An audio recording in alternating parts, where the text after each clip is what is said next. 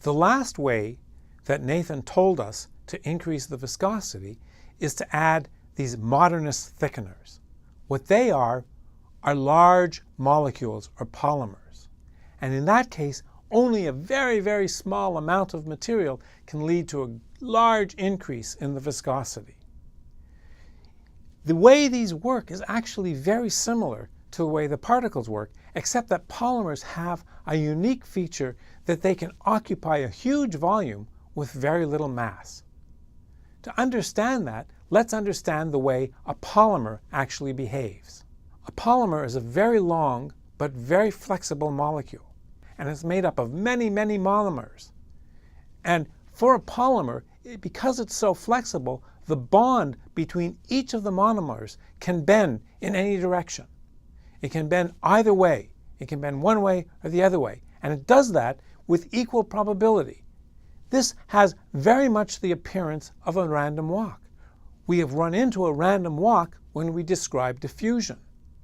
Diffusive motion is just a random walk. This describes the motion of ions through a fluid.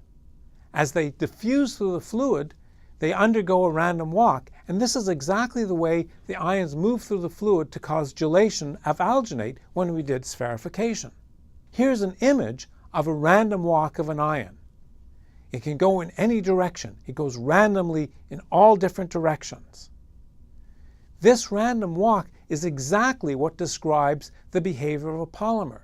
And in fact, we can lay the polymer shape directly onto this random walk. So the same way we describe the random walk that describes diffusion of ions through a fluid, that's the way we describe the shape of a large polymer molecule. What this means is that the polymer molecule actually takes up a huge amount of volume for a very small amount of mass. To understand that, we can calculate what the size of a typical molecule, a polymer molecule is, what the radius of a polymer molecule is. It depends on the size of the monomer times the square root of the number of monomers it has. Or it depends on A, the size of the monomer, times the square root of N, where N is the number of monomers. The volume that the polymer occupies is just the cube of this size, or A cubed times the square root of N all cubed. The volume fraction of the polymer then is the actual volume occupied by the polymer molecule itself divided by the total volume occupied by the molecule. The volume occupied by the polymer molecule itself is just the volume of each monomer, which is A cubed, times the number of molecules, times N. So the volume fraction is A cubed times N divided by the total volume of occupied by the polymer, which is A cubed times the square root of N cubed. The net result is 1 over the square root of the number of monomers.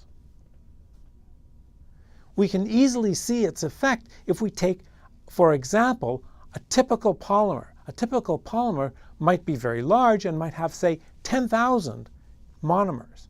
So N is 10 to the 4, or 10,000. Then the volume fraction is 1 over the square root of that, or 1 over 100, or 1%, 0.01. That's a very, very low volume fraction, yet because the polymer spreads and fills the water with this polymer, it can increase its viscosity by a very large amount. That's why very small amounts of thickener can lead to very large increases of the viscosity. In fact, polymers are even more effective at increasing the viscosity of the fluid. Because the polymers occupy so little actual volume of the fluid, they can entangle.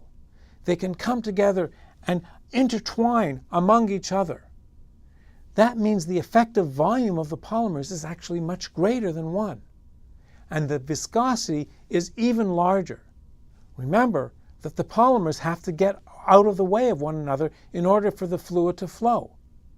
Now they have to disentangle for them to get out of each other's way. Because they're so heavily entangled, the only way they can do it is to slither along their length, as shown here. That's called reptation, and that's a very, very slow process. You can think of it like a bowl of spaghetti. If you want to take one spaghetti out, you have to pull along its length, and that takes a long time. This makes the viscosity of the fluid even larger because of the entanglement of the polymers. And that's why these thickeners, these polymer thickeners, are so effective at increasing the viscosity of a fluid.